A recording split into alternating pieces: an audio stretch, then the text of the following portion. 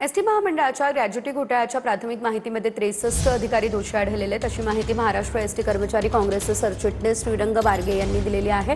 तर एसटी महामंडळाच्या निवृत्त कर्मचाऱ्यांची ग्रॅज्युटीची रक्कम काही कारणाने प्रलंबित ठेवण्यात येते, नंतर त्यावरती एसटी भूर्दंड म्हणून व्याज आणि चक्रवाढ व्याज देतं। हा संपूर्ण प्रकार काही कर्मचारी आणि अधिकारी संगनमताने करतात, हा आरोप आता करण्यात आला आहे। मागील काही वर्षांपासून प्रलंबित असलेल्या 480 निवृत्तांना 2 वर्षांमध्ये 2.5 कोटींचे व्याज द्यावे लागले आहे।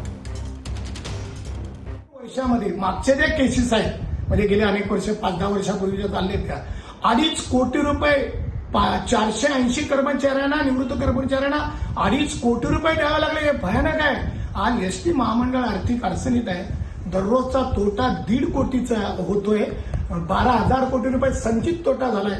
अशा परिस्थितीत या पैशाचा अपव्यय होतोय आणि म्हणून हे जे 63 अधिकारी आहेत त्यांच्या पगारातनं वसुली केली पाहिजे। या व्याजाच्या रकमे